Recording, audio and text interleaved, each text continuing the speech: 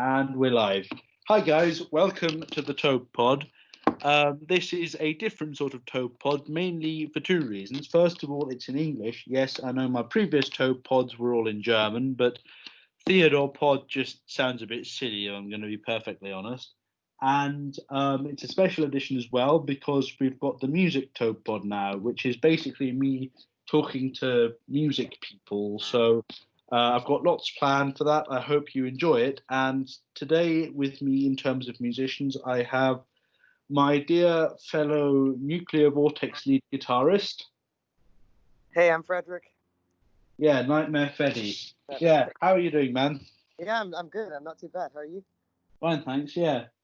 And so today we are going to talk about our song Missile Silo. So, any thoughts on that, Freddy?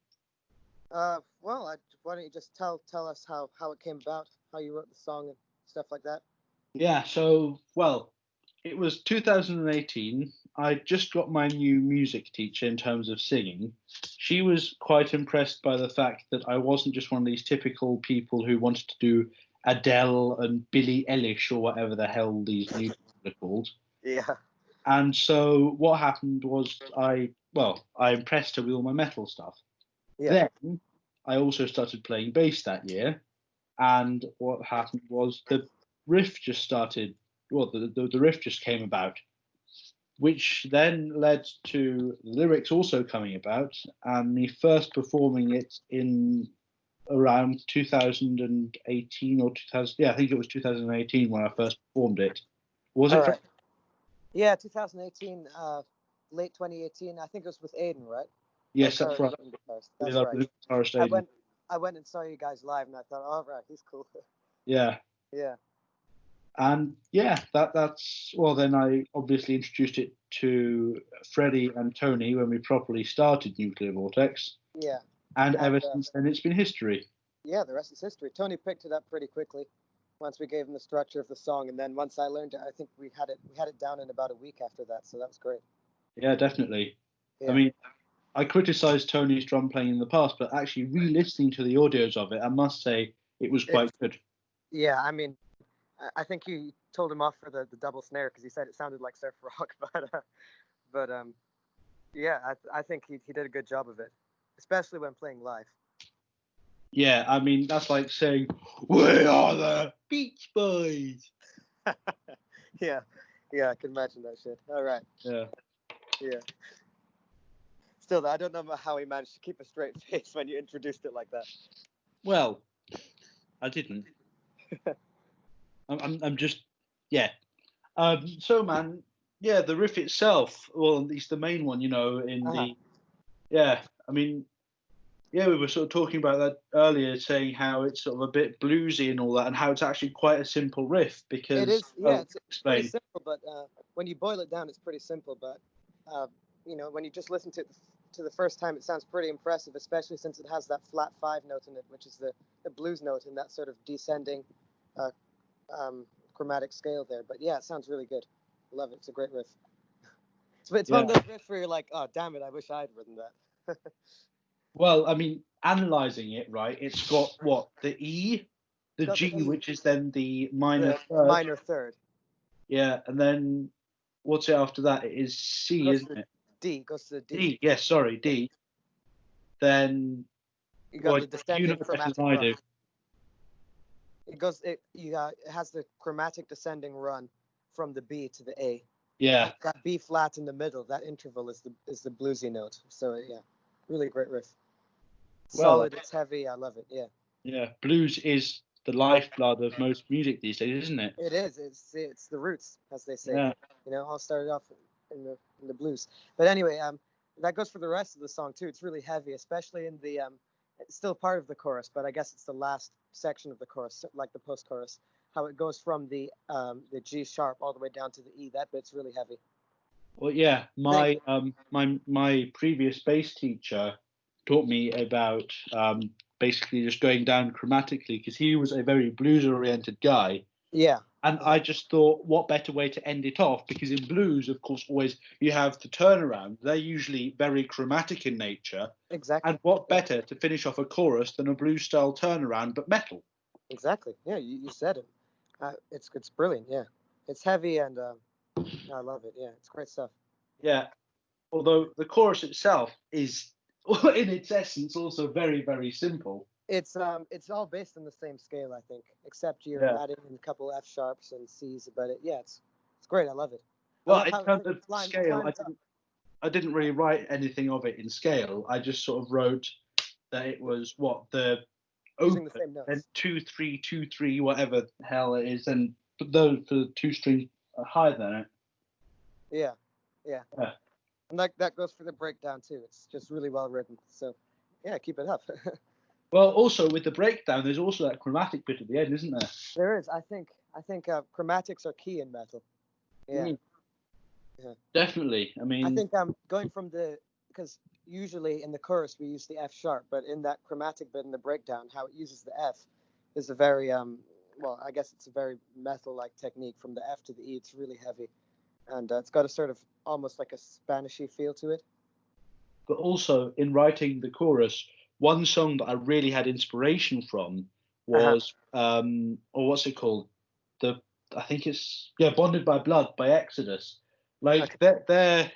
theirs is really good, and it has this sort of slightly off rhythm part where you just go Bonded by Blood, and yeah, it's something along those lines. Anyway, Mhm. my sort of inspiration for that was, which is why it may sound a bit weird as well, that it goes barrage after barrage, missiles fired, causing mass death.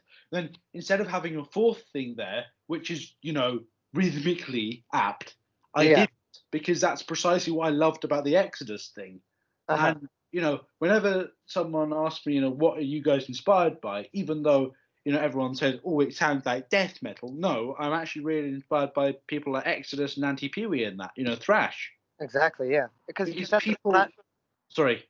yeah, you said that thrash was your favorite subgenre of metal, right? Well, yes, because thrash, it's not just like power metal or death metal or something that encompass obviously something. I'm not saying they're bad, but I'm just saying the variety isn't there like it is with thrash, because with thrash you have the lighter sort of basically just heavy AC/DC stuff, Yeah. like, and also party thrash like Anti-Pewee and that, right up to the really, really heavy stuff like Toxic Holocaust. Exactly. Yeah. I mean, obviously, you know more about this than I do, but I can see where you're coming from. I mean, I'd have I'd to say say, really thrash is the gateway genre between like heavy metal and extreme metal, because it exactly. really is. You have both ends of the spectrum in there. Yeah. Exactly. Yeah. I think that's why I love it too. Yeah, Because I'm into 80s 90s sort of heavy metal too. yeah, Like the whole Sunset Strip scene in the 80s. You know what I'm saying? yeah, That sort of stuff. It's a good cross between that. yeah. I Yeah. mean, I must say, Exodus is one of the few bands I actually have all the albums off, Uh-huh. As well as Amon Amarth. Right? precisely as well as Amon Amarth. Yeah, Yeah. yeah. No, I just love their albums. I mean, even what's it called?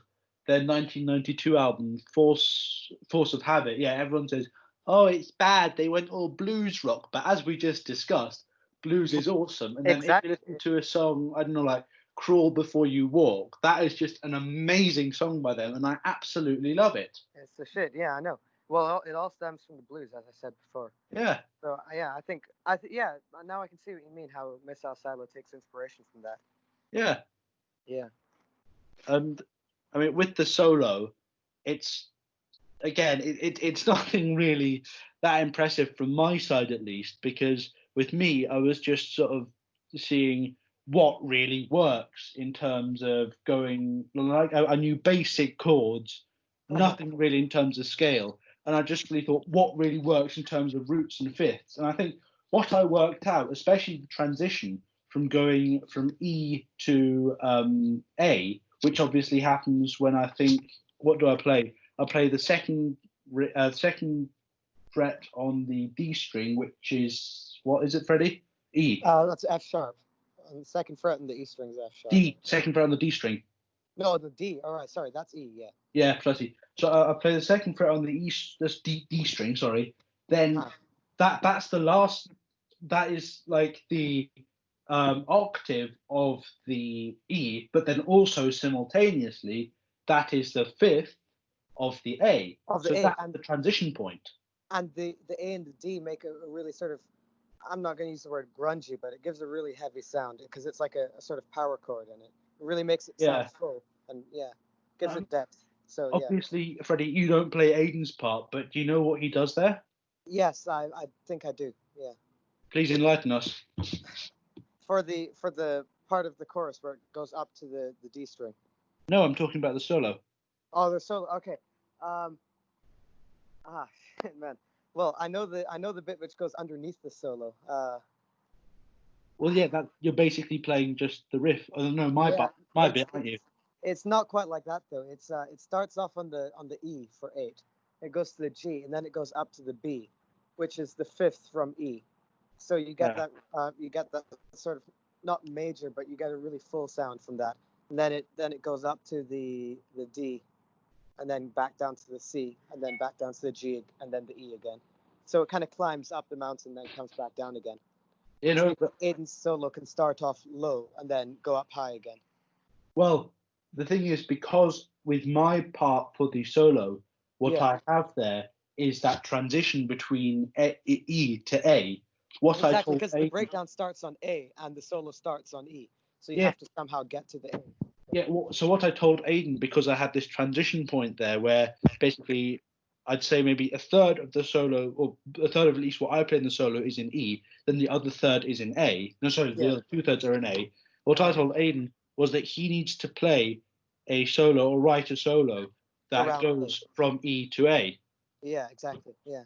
That's it's not too difficult to do that. You can start in the E pentatonic shape, and then you can work your way down by doing hammer-ons and pull-offs down the E minor scale on the Yeah, high E string until you reach the A, and then you just turn that into an A minor pentatonic scale if you want to. So I can see what he's done there. yeah, I mean, for my solo, it's just soloing over the riff 8 times, I think, and then it ends on like a little flourish on E. right. Yeah. So it's I basically just soloed in E. Yeah, I mean, initially, before Freddie had his solo, what it was intended to be was just that we play the double chorus and I end on that super heavy E after the second like time it goes down chromatically. Exactly. Yeah, hmm well, it still ends on an E now that my solo's in, but instead of ending after the end of the chorus, it ends after 8 riffs. yeah. I mean that's what I do as well. I mean, when I play that on the bass, like when you have your solo, Yeah. I also try to end it up on that sort of E, which is actually also what we tried to do. Remember that first live performance we had? That's on Aha. YouTube Yeah, that one's on Freddy's channel on Frederick GP. What I tried to do there after he played his 8 riffs was just go down chromatically. I think what I did was I played the 8 riffs, then I went down chromatically, like did that super heavy E, and Freddie was just still going, still going, and I was it's like, Freddie, well, stop! I'm a notorious overplayer. But you should see Barney's facial expression when I was still playing on. He's like, end the damn song. Very Well, funny. the one But time, I mean, well, I guess in the episode after next, we'll tell you about that, won't we? When we cover one of our different songs, Stealth exactly. Tank. Yeah, you'll hear more about that. Yeah, you'll hear Yeah. more about that But incident then. when it comes to playing live, though, we always put Missile Silo first. Yeah. First in our Well, set list. Why? Because start strong. start Start strong. strong. It's just a powerful riff. It knocks the Yeah, audience off their seats. exactly. I mean, like, have you managed to show the missile silo thing to any big music pod yet? Yes, I have. I sent the SoundCloud link because it's on SoundCloud. I've sent that to a guy called Stefan Svensson, who's Big Sweet. I told you about him earlier. I sent it to Rod Jackson, who's the lead singer of Slash the Snake Pit, Nice. and yeah, so he's seen that too. I sent it to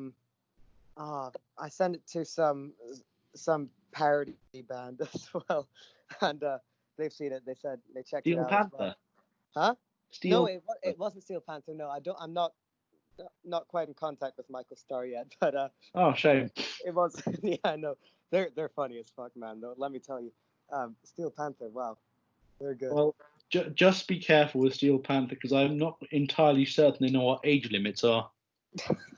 Yeah. Well, one of my buddy Cal, Cal Fimister, he went and saw Steel Panther loads of times, and man, their concerts are crazy. You know, they've got like tits flying out and everything. Nice. Yeah. Still puts on a pretty good show though. But no, I think a lot of people have seen our Missile Silo video, the one from 2019. Oh yeah. Well, last year before we had any sort of recording of Missile Silo together, Yeah. actually played the audio of just my bass track that I'd recorded to the Copia bassist. Copia is a small band from Australia, and yeah, he seemed quite happy with it. Ah, shit! Now I remember.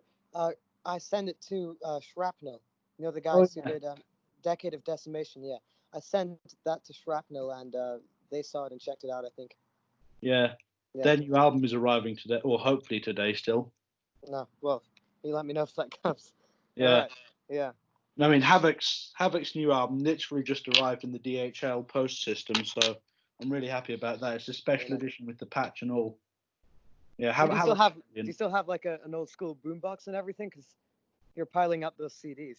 Oh, I wish. No, my parents threw it out like ages ago. But actually, that was quite an interesting thing because I was talking about my Amon Amarth CDs just now.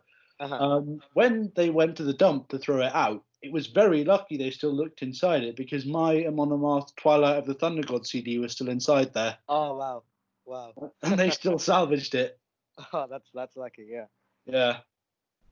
So I want to talk a little bit about the recording of Missile Silo now because that's ultimately what's going to be released officially through Modulate Records. Definitely. And, Modulate Records. I want to talk a little bit about that too. That Please came do. about when our producer Andrew Wyatt, he's a great guy. He's signed to or the CEO of Modulate Records, and when we asked him how we could get our Missile Silo song out, he suggested Arix Records or Modulate, and of the two, Arix declined it. And Modulate said, "Sure, we can take you guys on." So hopefully, when we get that stuff finished, we can send it on through Modulate. So a lot of people don't know that we're technically signed to Modulate. Yeah. Yeah, but anyway, when it comes to recording, we're pretty assiduous with that. We spend a lot of time on it, a lot of time making sure that we get it right, and that's partly why we haven't recorded the other songs. Yeah. But no, I think it's great. I mean, especially we added I don't know who suggested it, but on the second riff, how you give a really low scream. That sounds pretty cool. Oh yeah. You remember that? Yeah. One very fun thing that we did with the recording that I've not managed to do live simply because it would mess up my singing is when we're playing Missile Silo. Obviously, I sing barrage after barrage. Yeah. The missiles fly out, and then of course because I have to sing causing mass death, I have to sort of breathe before I can say anything else. Exactly. Yeah. So now in the recording we've got barrage after barrage, missiles fly out of the missile silo. Yeah, that's only in the second to last, or sorry, the last double choruses, right? Yeah, still I think it's cool. Oh no, I think it's great. Yeah, I remember it took quite a few attempts to get that track down. And then haven't we got me saying that right at the end as well? Say again? Haven't we got me saying that right at the end as well? Exactly. We've got a small, after the final chord, we've got a small Missile Silo from you at the end. Yeah. Yeah. It's pretty good. Well, we're hoping to get that out. It's 4.5 minutes long, maybe pushing 5 minutes, I'm not sure. But it's pretty solid heavy metal track. Sounding great. Is there anything you'd like to add on that? Give me a sec. All right. Well, actually, to be honest, I think it should be time for a little break so we can play them a demo of our song, and then we'll come right back and talk to you more about the recording of the song itself. All right, sounds good. Afterwards. All right. Servus Leute, wir sind Nuclear Vortex und wir spielen jetzt Missile Silo. 1, 2, 3, 4.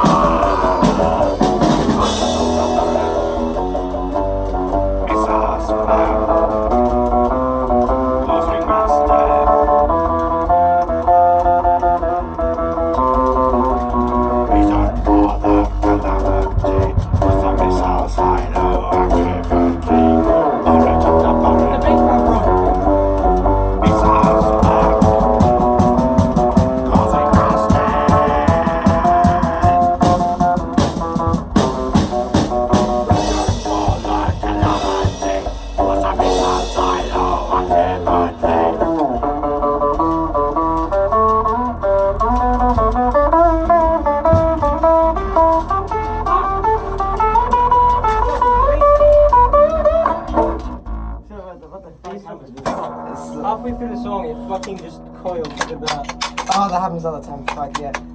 It's got a fucking neat drum kit. What the hell is wrong with this? Übung geht immer super.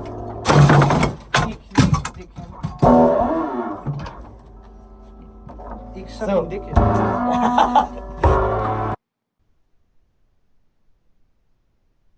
So we're back. Yes. Hope you enjoyed that little bit of a song.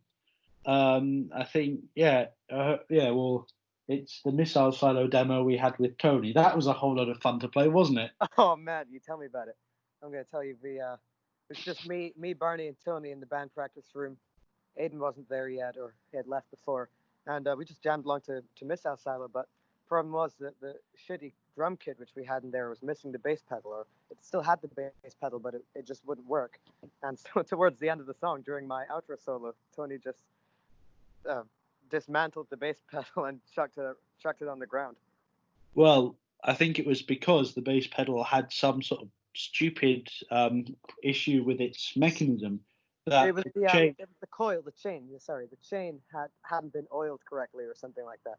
Yeah. And it was sticking, and he just stopped it halfway through, screaming "fuck" and things like that. It was pretty funny. But I think that gave us a good idea of what it sounded like in full. And then, of course, I said, Übung geht immer super. Yeah. To which he responded in his very, may I say, apt German, Ich sucken dicken. Yeah. Yeah. Wow. Yeah, that's great. That's great stuff. I remember that. Yes. Tony's a character. Tony is definitely a character. Great that guy. Is Yeah. absolutely true. Yeah, so we wanted to talk more about the recording. Obviously, you were there for more of the recording process than I was because you have more intricate parts. Tell us about that. All right, so what did I record first? First, I laid down the main riff. Before we had anything else, the first thing we put down was the main guitar riff. And after doing that, I think I just did it again 6 times. In the last 2 I recorded with the transposed version up in A. Then I just went for the chorus. I basically recorded it in the order that the song is. So I just went straight from the chorus, then down back to the riff again. And there's over the riffs, there's a sort of a really, really, low in the mix guitar track, which is basically the same thing, but it's got the added octave of E, which gives it a more full sound in the second verse. So it sounds a lot heavier. And so we got that guitar track, then the chorus again. Underneath the solo, that one took me a little bit of a while because I was struggling to get the one part where it goes up from the G to the B, but eventually I got it, nailed that. Then we did the breakdown, and I guess the rest is just the same stuff. Recorded the riff again and the chorus. Then when it came to the solo, this was kind of funny because the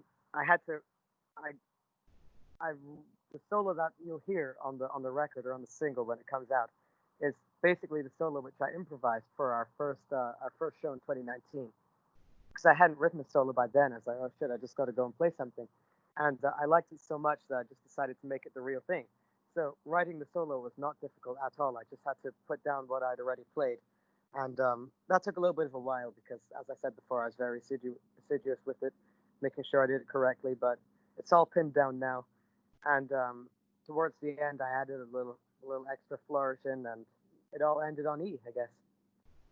So that's all I did. There was one part which we took out. There was a little vocal track with me and Tony screaming "yeah" into the mic, which we eventually took out as per Barney's request. But that's all I had to do for it. I mean, Mr. Wyatt's great. He's really professional when it comes to doing that kind of stuff, you know. Oh yeah, definitely. I mean, it's really good that he can make sure that when I send him the drum files from home, that it all just gets done. Exactly. And, because I was in email correspondence with him, and from home, fortunately, on my Roland eDrum kit, I can record the drum tracks, send them to him on a WAV file, and he also just told me all the extra data I need to know about the frequency and all that needs to be in. And the sample rate, brilliant. It's really, really good. He also said that in case we don't get the BPM right, we can speed it up about 15% on each side without it sounding choppy at all. So we can tailor that, as needs be. Well, you said it was 154, right? I said it was 154. Yeah. But if need be, we can speed it up or slow it down. Yeah, I guess so. But he's really great because he has a picture of what the song will be. He envisions it and he kind of puts it down before you even have a chance to tell him what to do. And it's like, oh, that's exactly what we wanted. He knows how it's planned out. Definitely. He's great to have at the helm. Then we've also got this guy called Phileas who's helping us out too. And when he's not playing Minesweeper, he helps us record. Yeah. Yeah. And I was most of the time that I recorded, Aiden was there too, and his parts are ever so slightly different from mine. I think they're slightly different because he plays a lot of power chords, and especially in the bits where I play the little chromatic run with individual notes, he plays power chords. During the chorus, again, more power chords and less movement between the da da da da da da. It's more just one big power chord chug, and that goes on and on. And for his solo, I remember he took that in one take too, which is pretty impressive. Well, the reason for all the power chords is because before we did any of the stuff with you and Tony, of course, we were practicing it for when we did it live in 2018, wasn't it? Yeah. And Aiden was just saying, okay, how do I do this on guitar? And I have no idea how you play guitar. So what I just said is, listen, mate, don't worry about it. Just do power chords and you'll be fine, Yeah. I mean, Aiden's a pretty, as with Tony, Aiden's a pretty punk influenced guy. He listens to a lot of Green Day, The Offspring, things like that. And I guess they're all based around power chords and things like that. So yeah, good, yeah. So his parts they're pretty similar to mine, but there's a slight difference between them, I think. Yeah, I just think it's good, to see I don't like to use this word often, but a fusion of techniques, if you will, because of course I think you have the thing my about background listening to shitloads of death metal and thrash metal and all that, and also being trained doing blues bass. And I mean, what's the case for you, mate? Well, what I wanted to talk about. Well, you asked what I kind of do. I listen to a lot of rock and roll, a lot of hard rock, things like that. One of my main influences, as you know, I spoke to Rod Jackson, so Rod Jackson, Slash, things like that, Snake Pit. And the thing about Nuclear Vortex is that it shouldn't work in theory, but it does. You've got you who listens to thrash metal. You've got Aiden who listens to Green Day. There's Tony who listens to, I don't know, old school punk rock, I think, stuff like that as well. And then there's me who listens to blues bass, rock, things like that. And it's like these four guys come together. It shouldn't work, but it does. And we end up producing something which we're all proud of. And I think that's a really great thing. Yeah, I mean, I have entirely unmetal aspirations on bass. I mean, of course, I still want to continue playing the songs I do because they're fun to play. But my ultimate goal on bass, which even goes beyond being able to play a Dying Fetus song on bass, because that is hard, is actually to play Havona by Weather Report on bass, because that song is just incredible. And it's in the grade 8 bass book. My bass teacher and I were looking at it, and basically we just said it's going to be a long while before I can do that. But it's sure, it would be nice to be able to play that Dying Fetus song. But if we're going to be realistic, that song by Havona by Weather Report is just going to be it'll just be better for my technique in general, because yes, while the bass part for that Dying Fetus song is incredible, it's more akin to playing guitar, whereas Jaco Pastorius is Jaco Pastorius and he's a bassist by heart. Oh yeah, wasn't see the guy who died when he tried to get into a club one time and the bouncer beat him up because he was a trained guy in karate or whatever. What's this got to do with anything I've been saying? Well, you just talked about Jaco Pastorius, so I was just bringing you the story. Oh shit! Wait, what? Jaco Pastorius died because he was kicked to death by an expert in karate who happened to be a bouncer at the local club he was trying to get into. Oh god. Yeah. Oh no. It is a shame. if we are talking about people who have died in terms of metal, I think we should make a quick little Neil dedication Peart. to. Give me a sec. What is Neil his Peart. name? What? Neil Peart. No, not Neil Peart. He died. I mean, yes, it's a shame that he died, but there's a guy who died really recently, and I think we should just mention him. You know, rest in peace, my man. Well, first of all, yes, rest in peace, Neil Peart. You were a great influence to many, and it's a real shame that he died. Yeah. But of course, we can't forget. Oh God. Yeah. Well, yeah, Neil Peart, of course. You know. Well, what bands was he? He was in. Rush. Yeah, Rush, and anything else? I don't know. Yeah. Rush.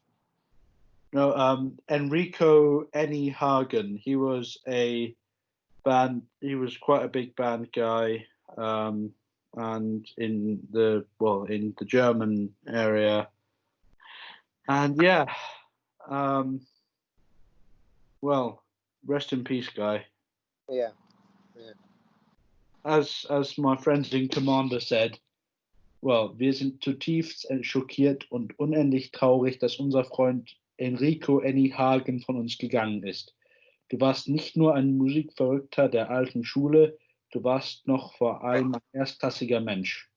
Egal, wo auf der Welt man mit Leuten auf Festivals, Konzerten ins Gespräch gekommen ist, spätestens wenn man über das Skullcrusher in Dresden gesprochen hat, ist er in erster Linie dein Name gefallen, lieber Annie. Wir werden dich, dein Humor, deine herzliche Art für immer vermissen, aber du bleibst unvergessen in unseren Herzen verewigt. In tiefer Trauer. Wow, I like that second part. Yeah. Yeah. I mean, I didn't know the guy personally, but he seems like a brilliant man, and I think, you know, it's best well, let's have a moment of silence, yeah? Yeah.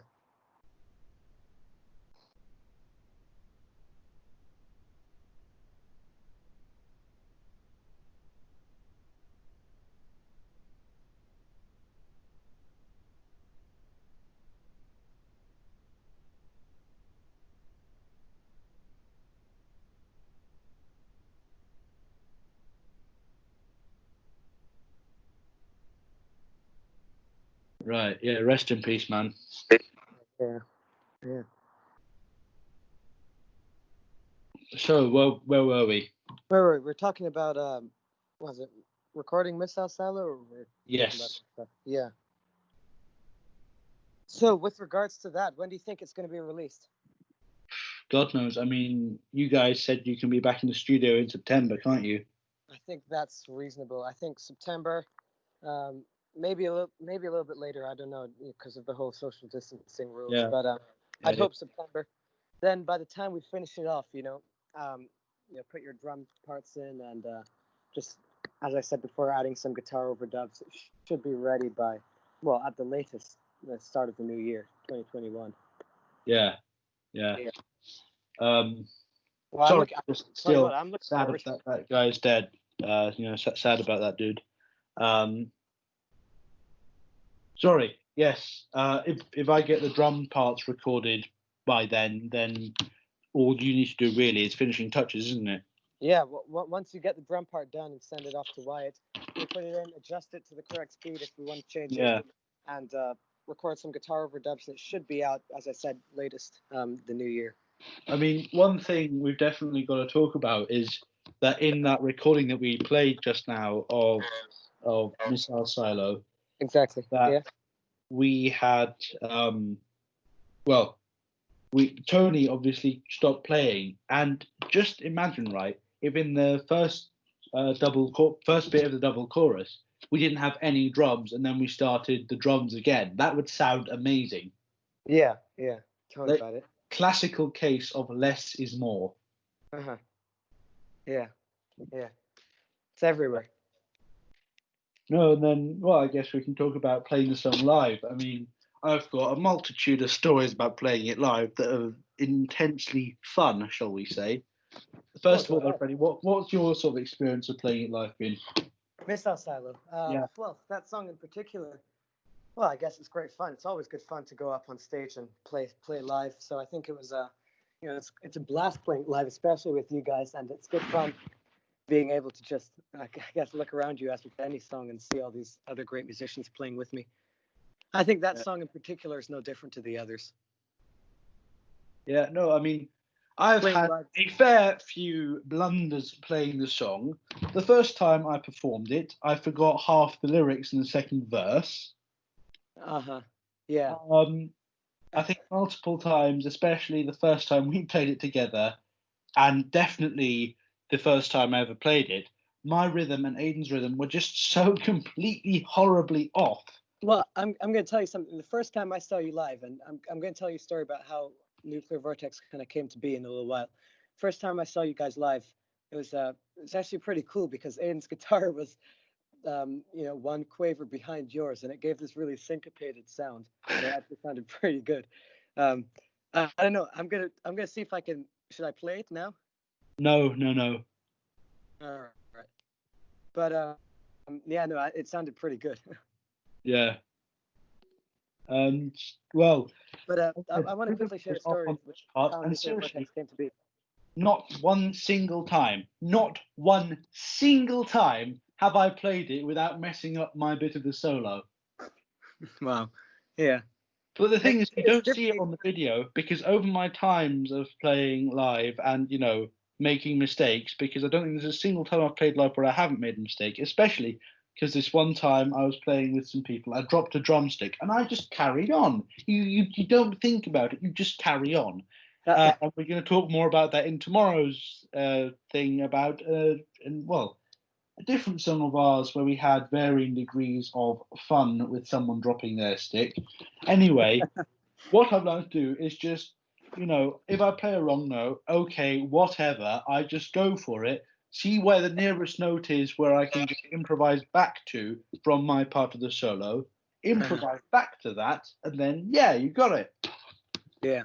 I mean, I've had some weird looks from you and Aiden, over time doing my improvisational bits, but I'd say getting a weird look from you is worth not playing at all.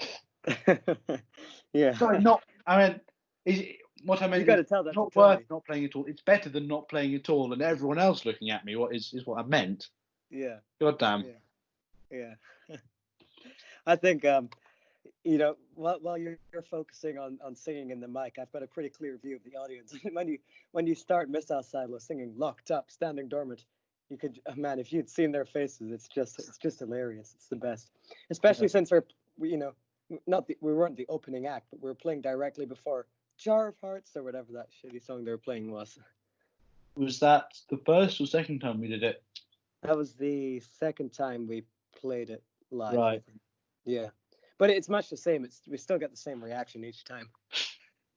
Well, to be fair, shouldn't they at least have known what was coming? I mean, yeah, to be fair, you did advertise it, by putting up the posters and stuff. Yeah. Yeah. Anyway, we are going to go now, and as a parting gift, we shall play you our karaoke version of this song. Trigger warning, there is a word that some people may not like, but I don't care. See you guys tomorrow then. Right. Bye. Nuclear Vortex, carry fucking okay. Autism Vortex. All right. 1, 2, 3, 4.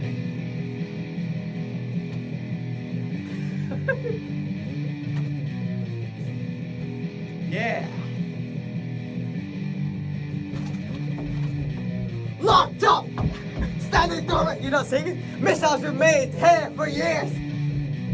Launch codes, get away from all with eyes and ears. Keys disposed of, ultimately destroyed. Now that they're active, it is finally time to deploy. Barrage after barrage, the missiles fly out, causing mass death. The reason for the calamity was the missile silo activity.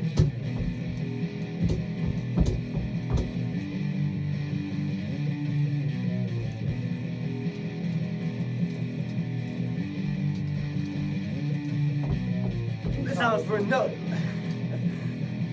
only to the corrupt and blind.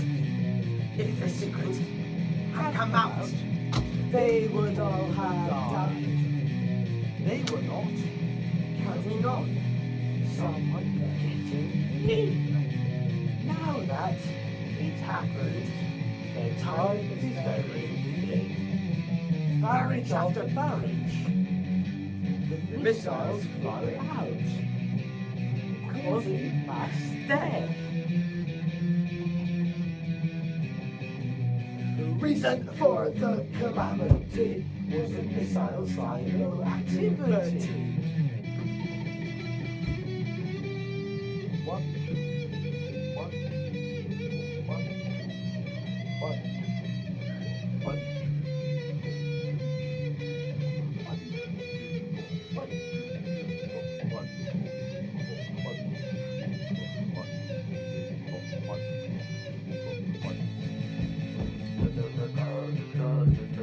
Finally, you're showing some emotion.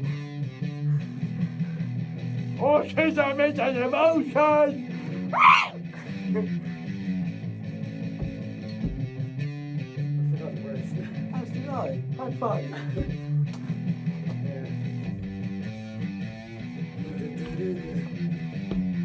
Barrage after barrage! Missiles fly out! Causing mass death! Prison! Fucking retard! Barrage after barrage! Missiles fly out! Freddy doesn't know what he's doing. What the fuck did you do that for? Never turn the speakers up if you don't know what it's going to do.